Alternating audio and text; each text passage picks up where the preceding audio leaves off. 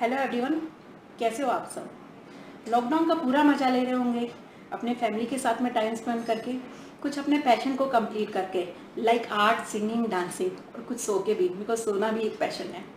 But मेरा आप सबसे ये क्वेश्चन है, क्या आप अपनी नॉलेज को एनहांस करने के लिए कुछ कर रहे हो? तो आप में से बहुतों का आंसर होगा नहीं। तो ये हमारा यूट्यूब चैनल है iTab एजुकेशन का, जिसमें हम आपके लिए कुछ वीडियोस पोस्ट करेंगे just to enhance your knowledge.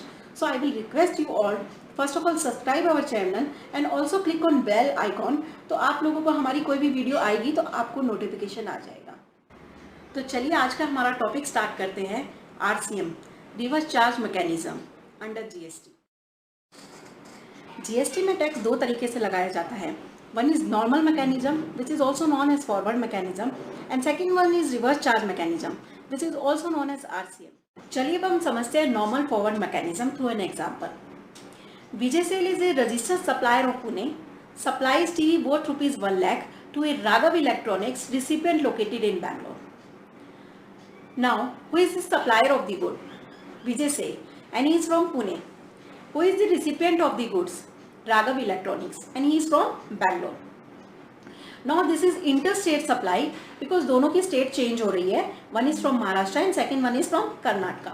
So IGST is applicable, that is at the rate of 18%.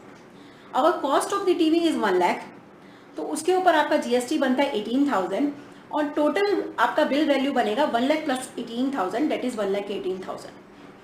अब सप्लायर क्या करेगा, वो गुड सप्लाई कर देगा रिसिपिएंट को, एंड रिसिपिएंट क्या करेगा, फुल पेमेंट कर देगा, that is 1 lakh plus 18,000, 1,18,000 to the supplier.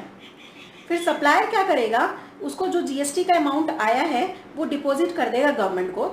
वो GST का अमाउंट कैश मोड में भी कर सकता है या फिर अपना ITC उसके पास अवेलेबल होगा उसको यूटिलाइज करके भी कर सकता है। अब जो सारी की सारी गवर्नमेंट की कंप्लायंस है वो किसके ऊपर एप्लीकेबल है, सप्लायर के ऊपर। कंपनी के कुछ लीगल केसेस चल रहे थे जिसके लिए उन्होंने एक एडवोकेट को हायर किया।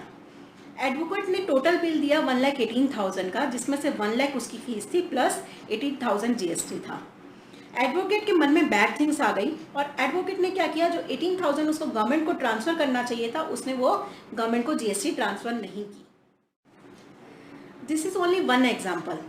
ऐसे बहुत सारे रीजंस हो सकते हैं जिसके कारण सप्लायर क्या करता है, आगे गवर्नमेंट को टैक्स नहीं ट्रांसफर करता है। For example supply is unregistered supplier, supplier एक छोटा सप्लायर है और उसको इतनी कंप्लायंस करनी नहीं आती है। इसी कारण से RCM का कंसेप्ट आया। RCM मीन्स लायबिलिटी टू पे tax is on the recipient of the supply, not on the supplier of such goods. Now let's understand when is RCM applicable. जब भी कोई रजिस्टर्ड पर्सन किसी अनरजिस्टर्ड सप्लायर से good खरीदेगा तो RCM लगेगा। कुछ सर्टेन कैटेगरीज ऑफ गुड्स और सर्विसेज है जिन पे गवर्नमेंट ने RCM लगाया है। कैटेगरी ऑफ द गुड्स है जिस पे गवर्नमेंट नहीं चाहती है कि उसका टैक्स कंप्लायंस बर्डन सप्लायर पे पड़े। For example cashew nuts. Cashew nuts हमको कौन देता है, किसान देता है। अब अगर किसान को गवर्नमेंट बोलेगी कि तुम टैक्स कंप्लायंस करो, टैक्स की पेमेंट करो, टैक्स का GST रिटर्न वगैरह लगाओ, तो वो नहीं लगा सकता। ऐसे ही कुछ और एग्जांपल है, बीडी रैपर लीव्स, तंबाकू leaves, silk yarn, raw cotton and confiscated goods. For example जैसे गवर्नमेंट ने एक गाड़ी सीज करी और वो अपने पास रखती है, तो थोड़े दिन बाद वो क्या करती है, उसको बेच देती है। Now who is the supplier of the goods, government. And government नहीं चाहती है कि वो कोई टैक्स कंप्लायंस के चक्कर में पड़े, तो इसलिए उसने क्या बोल दिया कि इसका कौन टैक्स पे करेगा, recipient of the goods. Now let's understand reverse charge mechanism through an example. Goa Trader Agriculture Pune supplies cashew nuts worth ₹1 lakh to recipient side dry fruits located at Pune. Now who is the supplier of the good? Goa Traders. Who is the recipient of the goods? Side dry fruits. What is the cost of the good? 1 lakh. And this is intra-state supply because दोनों ही पुणे के हैं, with in Maharashtra के हैं। Now if you have noticed, जो good supply हुआ है वो cashew nuts है, and we know that the cashew nut जो है वो गुड स्पेसिफाई किया गया है कि उसके ऊपर RCM लगेगा। तो अब सप्लायर क्या करेगा, सप्लाई करेगा कैश्यू नट्स की रिसिपिएंट साइड ड्राई फ्रूट्स को, और साइड ड्राई फ्रूट पेमेंट करेगा रिसिपिएंट सप्लायर को। लेकिन वो पेमेंट कितने की करेगा, सिर्फ 1 लाख की करेगा। वो जीएसटी की पेमेंट सप्लायर को नहीं करेगा, वो जीएसटी की पेमेंट क्या करेगा, डायरेक्ट गवर्नमेंट को करेगा। कुछ कैटेगरी ऑफ सर्विसेज है जो गवर्नमेंट ने नोटिफाई की है जिन पर आरसीएम लगता है। एक सर्विस है supply of service by good transport agency. This is very important service. हम जनरली देखते हैं जब भी हम किसी से गुड ट्रांसपोर्ट करते हैं तो वो हमको गुड ट्रांसपोर्ट एजेंसी हमको एक बिल्टी देती है। वो बिल्टी में कभी कभी 5% लगा के देती है, कभी कभी 12% लगा के देती है। तो जब वो 12% लगा के देती है तो वो समझ जाइए नॉर्मल टैक्स मैकेनिज्म में जा रही है, उसमें कोई आरसीएम का केस नहीं है। लेकिन जब वो 5% लगा के देती है, इसका मतलब आरसीएम आ गया, और if you are the recipient of this service तो आपको आरसीएम के अंडर में उसमें टैक्स देना पड़ेगा। अब जो ये रिसिपेंट ऑफ सर्विसेज है, ये इसमें कौन कौन इंक्लूड होते हैं? One is factory registered under the government by the factories act, society registered under the society act, cooperative society, any person registered under CGST, SGST, IGST, UTGST Act, any body corporate, any partnership firm and any casual taxable person। तो आप अगर इनमें से कोई भी हो और आपने जीटीए का बिल रिसीव किया है जिसपे 5% टैक्स लग के आया है, मतलब आपको आरसीएम के अंडर में टैक्स देना पड़ेगा। वन मोर थिंग, इस पूरी लिस्ट में कहीं पे भी मैंने इंडिविजुअल का नाम नहीं लिया। इसका मतलब फॉर एग्जांपल एक कोई आदमी अपना घर ट्रांसफर कर रहा है तो उसके केस में उनको जीटीए उनको अब रजिस्टर कराने की जरूरत नहीं है। Advocacy services, advocacy services mean जो सर्विसेज आप एडवोकेट से ले रहे हो। ऑलरेडी मैंने आपको एक एग्जांपल दिया था जिसमें मैंने बताया था कि एडवोकेट क्या करता है, टैक्स नहीं देता है गवर्नमेंट को।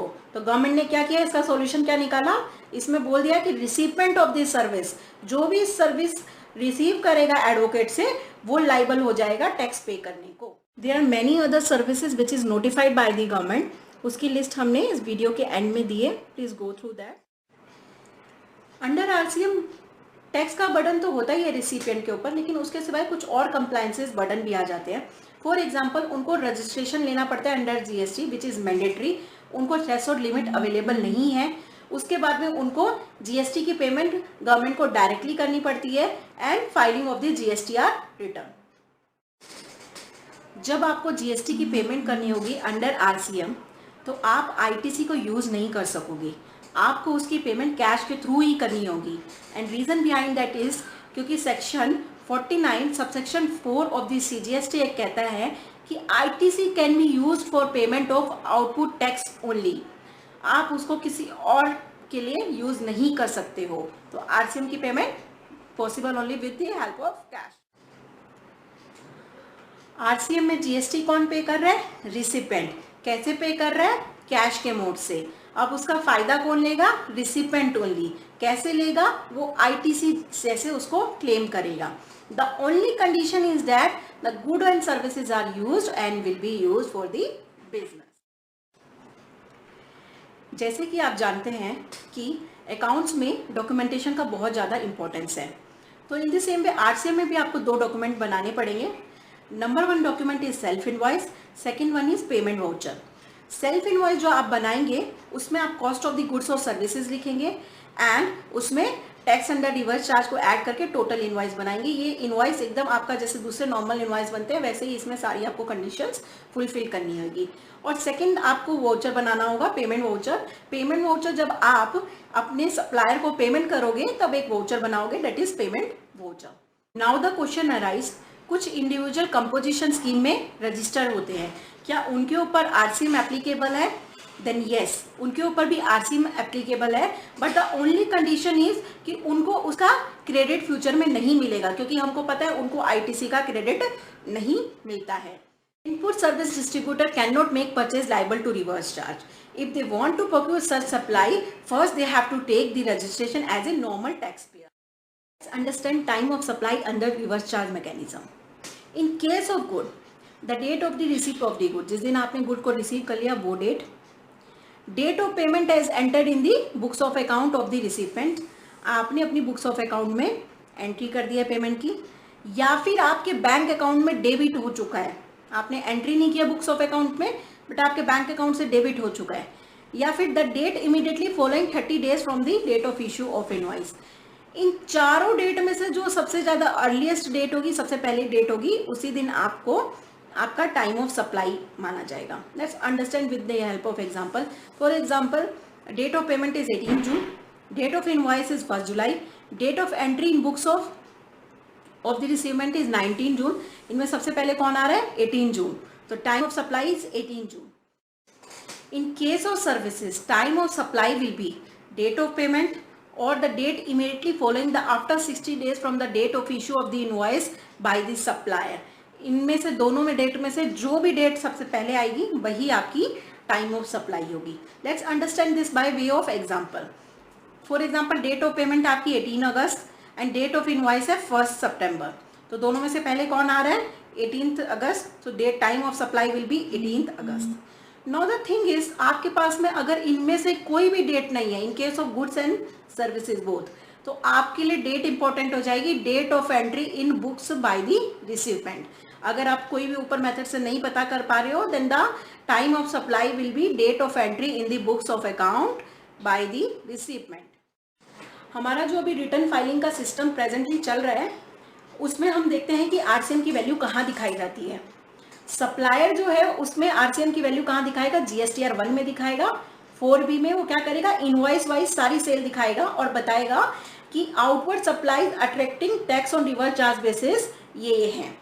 देन उसके बाद में रिसिपेंट जो है वो जीएसटीआर 3B में दिखाएगा। उसको ब्रेकअप दिखाने की जरूरत नहीं है, वो सिर्फ समरी ऑफ परचेजेस बता देगा कि इन ये समरी ऑफ परचेजेस है जिसमें रिवर्स चार्ज बेसिस पे मैंने टैक्स पे किया है और वो पे कर देगा।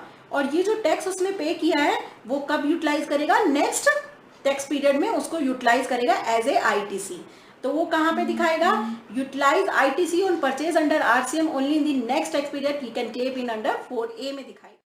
चलिए अब हम समझते हैं जो हमारा न्यू रिटर्न फाइलिंग सिस्टम है जो एप्लीकेबल होगा अक्टूबर 20, उसमें आरसीएम को कैसे शो किया जाएगा। जो हमारा न्यू रिटर्न फाइलिंग सिस्टम है उसको जीएसटी रिटर्न्स को 3 पार्ट में डिवाइड कर दिया, 3 रिटर्न्स कर दिए हैं। That is GST return 1, GST return 2, GST return 3। Return 1 जो है वो लार्ज टैक्स पेयर के लिए है, return 2 and return 3 small tax payer के लिए, सहज एंड सुगम। नाउ द थिंग इज कि जो जीएसटी रिटर्न 1 फाइल करेंगे उनको क्या करना पड़ेगा? Summary of outward RCM supplies, उनको सिर्फ समरी दिखानी है आउटवर्ड आरसीएम सप्लाईज की। पहले वो क्या करते थे? ब्रेकअप दिखाते थे, अभी उनको सिर्फ समरी दिखानी है। तो उनको थोड़ा सा टैक्स कंप्लायंस की फायदा मिल गया, उनको थोड़ा कम टैक्स कंप्लायंस करना पड़ेगा। नाउ अब समझते हैं कि रिसिपेंट पहले क्या करता था? सिर्फ जीएसटी 3B में दिखाता था और उसमें समरी दिखाता था। बट अभी क्या हो गया? उनको इनवॉइस वाइज परचेज दिखाना पड़ेगा। कहाँ पे? एनेक्सर 1 में। एनेक्सर 1 में उनको इनवॉइस वाइज डिटेल दिखाना पड़ेगा। जैसे ही वो एनेक्सर 1 में इनवॉइस वाइज डिटेल दिखाएंगे ऑटोमेटिकली वो ऑटो पॉपुलेट होके कहाँ जाएगा? जीएसटीआर 1 के टेबल 3B में। उसके बाद वो क्या करेंगे? उसके बाद वो लाइबिलिटी को पे करेंगे। एज वी नो लाइबिलिटी कैसे पे होगी? आईटीसी का हेल्प से नहीं हो सकती, उनको कैश लेजर से ही करनी पड़ेगी। और जो क्रेडिट हमको मिलना है आरसीएम परचेजेस का, वो क्या होगा? ऑटो पॉपुलेट होके आने लग जाएगा, क्योंकि हमने उसका ब्रेकअप इनवॉइस वाइज दे रखा है। ऑटो पॉपुलेट होके कहाँ पे दिखाई देगा? वो जीएसटीआर रिटर्न 1 के टेबल नंबर 4A में, detail of ITC based on auto population from GSTR Annexure 1. Thank you everyone for watching this video. Stay tuned for more videos. Subscribe our channel.